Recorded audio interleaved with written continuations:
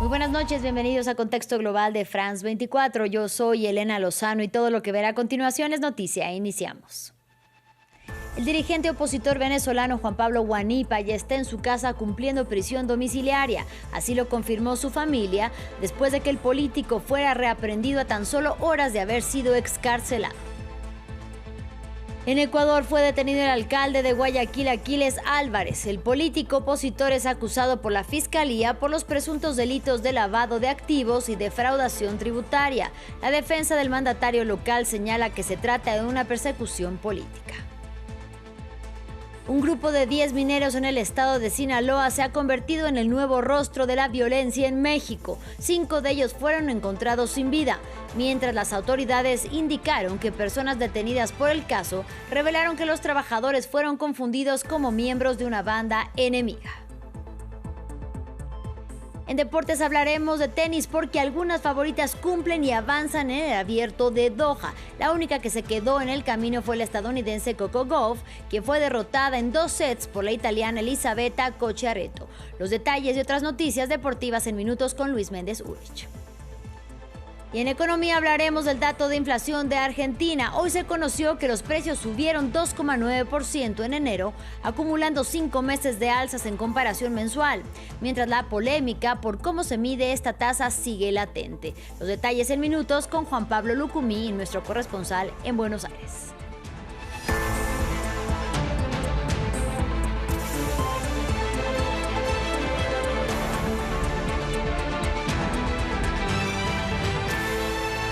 Iniciamos en Venezuela. El político opositor Juan Pablo Huanipa ya está en su casa de Maracaibo cumpliendo arresto domiciliario, con grillete electrónico, bajo custodia policial y con la prohibición de publicar en redes sociales o hablar con medios de comunicación. Así lo informó su hijo Ramón, quien a través de X anunció su paradero. Huanipa fue reaprendido el lunes a tan solo horas de haber sido liberado por el chavismo. Esta noticia se registra mientras familiares de los considerados presos políticos se manifestaron este martes frente a la sede de la Asamblea Nacional para exigir la liberación de sus seres queridos, el mismo día que se tenía planeado debatir y aprobar en segunda votación la ley de amnistía general propuesta por el gobierno encargado de Delcy Rodríguez, sesión que fue aplazada. Escuchemos. Yo me encontraba incluso dando una entrevista cuando de repente empecé a escuchar los gritos para que abrieran la puerta. Mi novia fue a abrir la puerta y era efectivamente mi papá con los funcionarios. Lo trasladaron durante la mañana por avión. No nos habían dicho nada.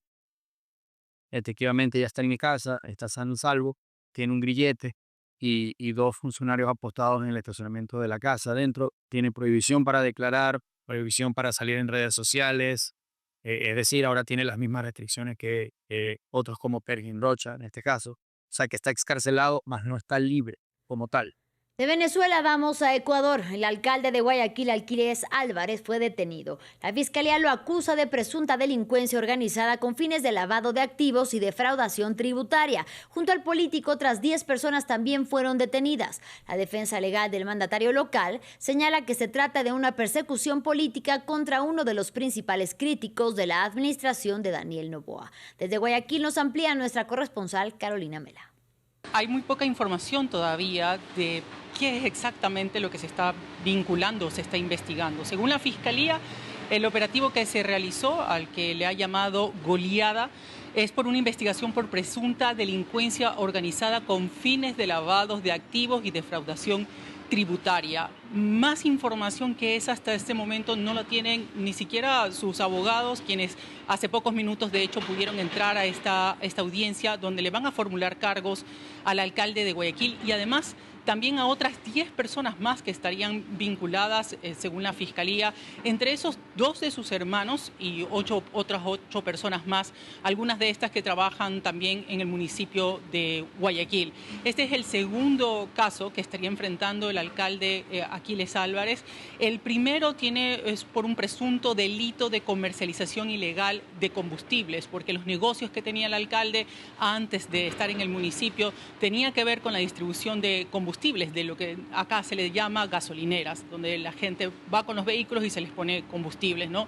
Y en este caso hay alrededor de 21 personas que están procesadas y que además ya están a la puerta de un juicio que ha sido suspendido en algunas ocasiones. En diciembre, enero fue otra suspensión también y simplemente están a las puertas de hacerlo, ¿no? Ya hay reacciones por la detención de Aquiles Álvarez, sobre todo por los defensores del alcalde de Guayaquil, de los partidos, por ejemplo, como el Partido Revolución Ciudadana, del expresidente Rafael Correa, quienes apuntan a que esto se trataría, además de una persecución política, ya lo han hecho también en el otro caso en el que se lo persigue al alcalde Aquiles, al que se le acusa al alcalde Aquiles Álvarez, y dicen que esto es una estrategia un poco para tapar todos los problemas que hay en el país, en el tema de la salud, de la violencia, de la inseguridad, y sobre todo además en estos últimos días de un tremendo escándalo de corrupción en el Consejo de la Judicatura que tendrían varios vínculos con altas autoridades.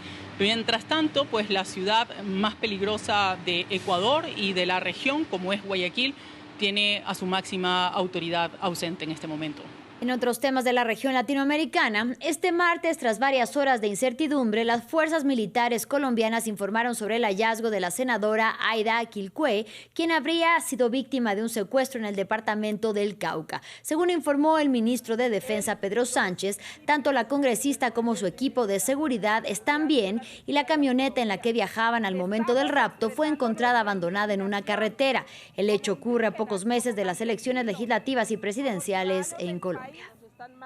No se identificaron, pero sé que era un grupo armado, fuertemente armados. Desafortunadamente nos cogieron en un sitio bastante solo y bueno, pues nos llevaron, pero ya estamos a salvo.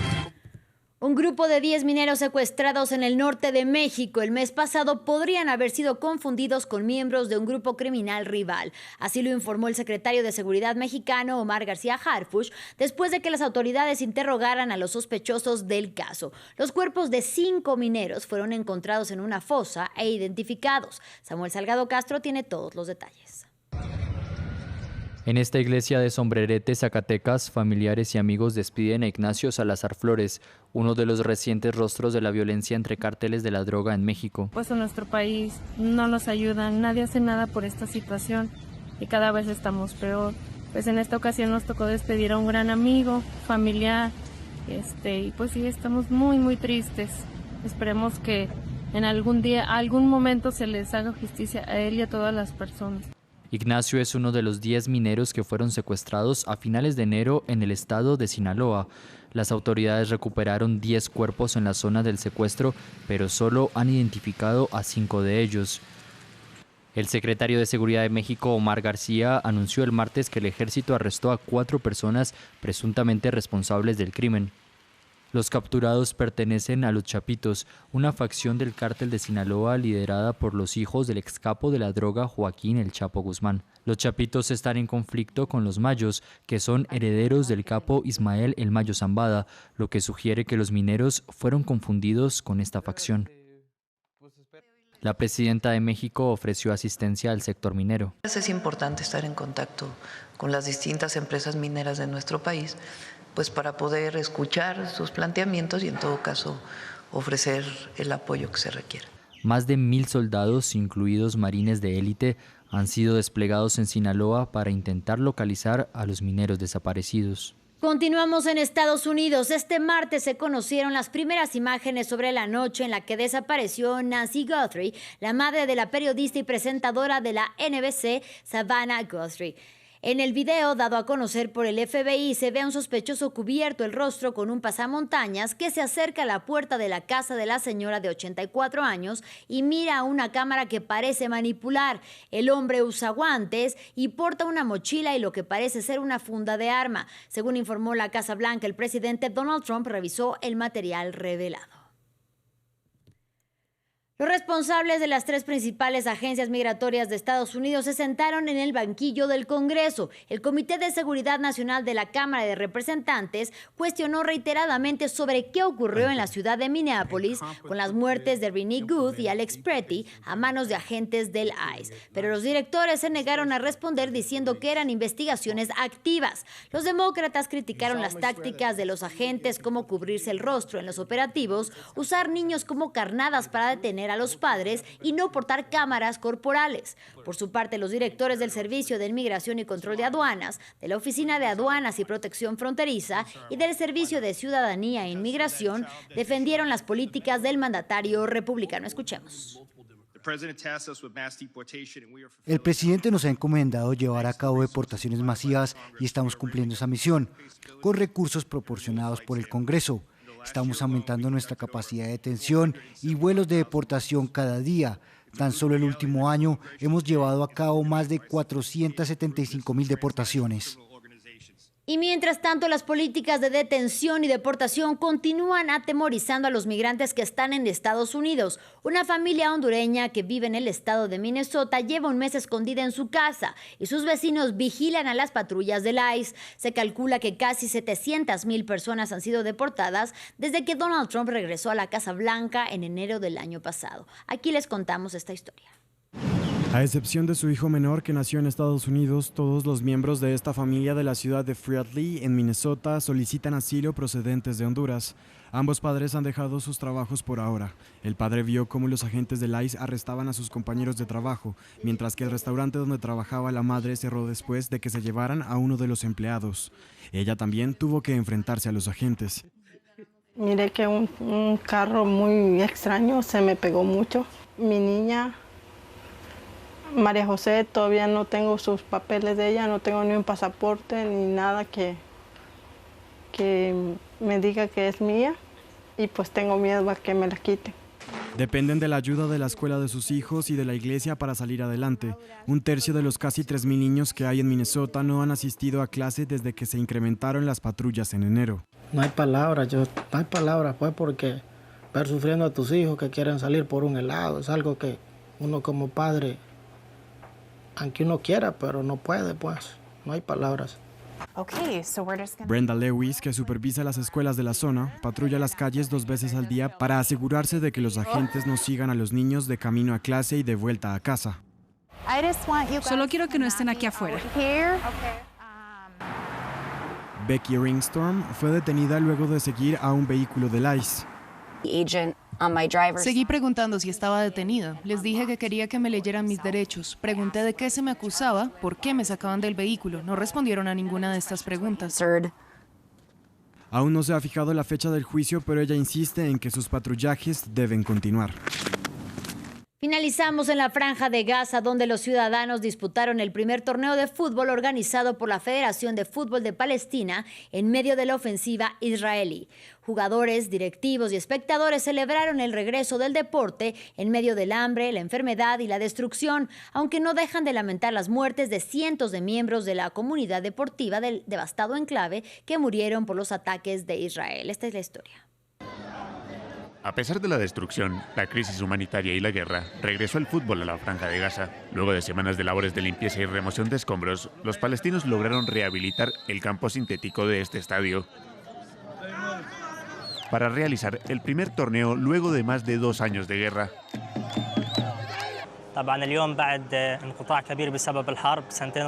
Hoy, tras un largo parón debido a la guerra que ha durado 2 años y medio, la Asociación Palestina de Fútbol ha organizado un torneo amistoso para reavivar el ambiente deportivo en la Franja de Gaza. Pero cuando llegas al estadio echas en falta a muchos de tus compañeros. Algunos son mártires, otros han resultado heridos, por lo que la alegría es un poco incompleta. Las instalaciones deportivas de la Franja de Gaza han sido utilizadas como lugares de refugio en medio de los bombardeos israelíes. La guerra ha dejado grandes pérdidas para el deporte palestino, con cientos de jugadores asesinados. La trágica realidad actual. Estamos hablando de más de 1,000 mártires en los diferentes equipos, juegos y asociaciones deportivas. Solo en el fútbol estamos hablando de casi 450 mártires, entre los que se incluyen futbolistas, entrenadores de fútbol, así como árbitros, cifras impactantes. A pesar del asedio contra Gaza y la ocupación de buena parte de Cisjordania, la Federación Palestina de Fútbol sigue compitiendo en los torneos FIFA. Sin embargo, para las eliminatorias del Mundial de Estados Unidos, México y Canadá, el equipo masculino de mayores tuvo que jugar sus partidos de local en Kuwait y Jordania. Es tiempo de deporte en France 24. Y saludo nuevamente con mucho gusto a Luis Méndez Urich. Bienvenido, Luis. Muchísimas gracias, Elena. Luis, vamos a iniciar hablando de tenis porque una de las favoritas de este torneo quedó eliminada del Abierto de Doha. Así es, estamos hablando del estadounidense Coco Gauff, quien cayó en manos de la italiana Elisabetta Cocciaretto. La italiana de 25 años se impuso con parciales de 6-4 y 6-2 en 1 hora y 31 minutos de actividad. Cocciaretto aprovechó cada oportunidad que le dio Gauff, de 21 años y cuarto finalista del Abierto de Australia, para quedarse con el partido y convertirse en apenas la cuarta lucky loser desde el año 2000 que logra imponerse a una top 10 en un Masters 1000. Su siguiente rival será la estadounidense Ann Lee. Quien sí no dejó dudas de su favoritismo fue la polaca Iga Świątek tras imponerse en 2 sets con parcial de 6-0 y 6-3 a Yanis Yen de Indonesia en poco más de 60 minutos de acción. Como un depredador fue preparando poco a poco a su rival para conseguir los puntos, moviéndola de lado a lado antes de dar el golpe final y así quedarse con los sets y luego con el partido. Con ello alcanzó su triunfo número 23 en Doha y Dubái. La próxima rival será Daria Kasatkina. Y con zapatos firmados con su nombre, la ganadora del Abierto de Australia, Elena Rybakina, se impuso a la china Xinyu Wan en 2 sets con parciales de 6-2 y 6-4. Al igual que Świątek, movió a su rival por toda la cancha para conseguir los games. En la siguiente fase se estará midiendo a la también china Jen Qinwen. En otros resultados, la colombiana Camila Osorio avanzó a la tercera ronda al vencer en 3 sets 6-2, 5-7, 6-3 a la checa Katerina Siniakova. Ana Kalinskaya venció a Emma Navarro 7-5, 2-6, 6-2. Elina Svitolina venció a la ucraniana Dayana Yamtreska 6-1 y 6-4 y la francesa Bárbara Gracheva superó 6-2, 2-6, 7-5 a Linda Noskova de República Checa. Ahora, Luis, vamos a cambiar a notas de fútbol para que nos platiques acerca de la Liga de Campeones de Asia. Así es, penúltima jornada en desarrollo y en uno de los partidos el Al-Sadd, que dirige Roberto Mancini, superó 2-0 al Tractor iraní.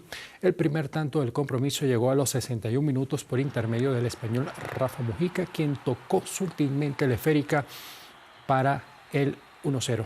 Más adelante, el brasileño Roberto Firmino sentenció a los 89 tras enviar a la red un pase del también brasileño Claudinho. Con este resultado, el conjunto catarí tiene posibilidades de mantenerse dentro de la competencia y avanzar a la siguiente fase.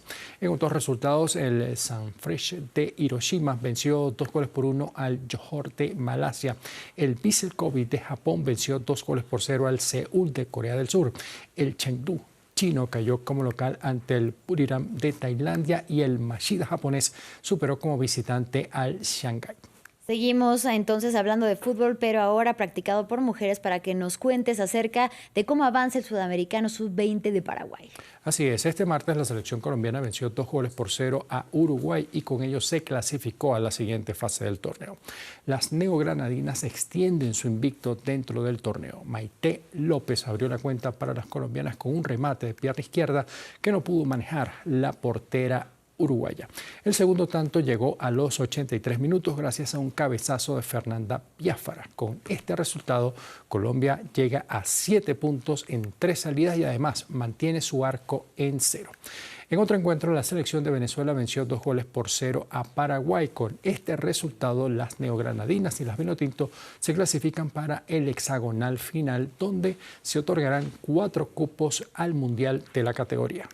Y finalizamos con el frío de Milano Cortina para que nos hables acerca de qué nos trajo esta jornada de los Juegos Olímpicos de Invierno, Luis. Así es, este martes debutó en la justa el mexicano Donovan Carrillo, quien deleitó a los presentes con su actuación y ello le valió para cumplir con su primer objetivo, avanzar a la siguiente fase.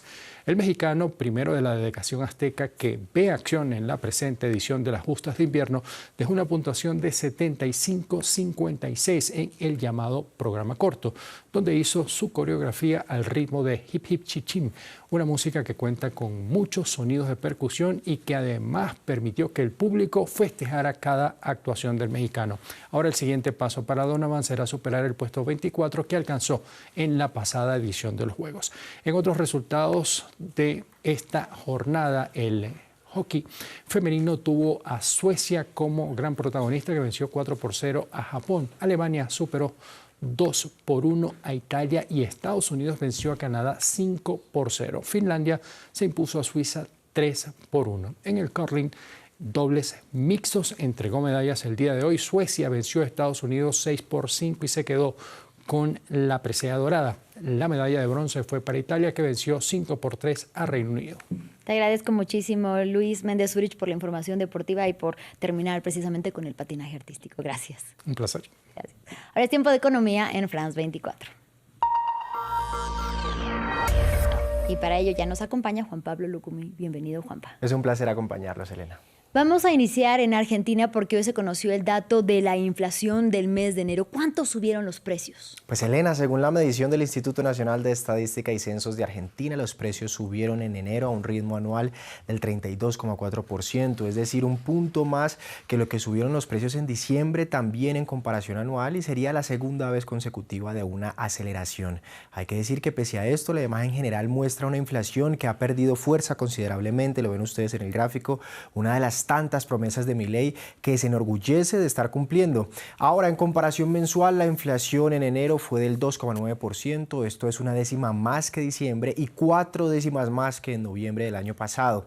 Se trata también del quinto mes consecutivo que se muestra un alza en la tasa específicamente mensual. Todo esto se da mientras el país vive la polémica por el rechazo del gobierno a un nuevo método de medición de la inflación que se saldó con la salida de Marco Labaña del Instituto de Estadísticas. Para Milei no es el momento de cambiar las reglas del juego y la forma en la que se mide la inflación.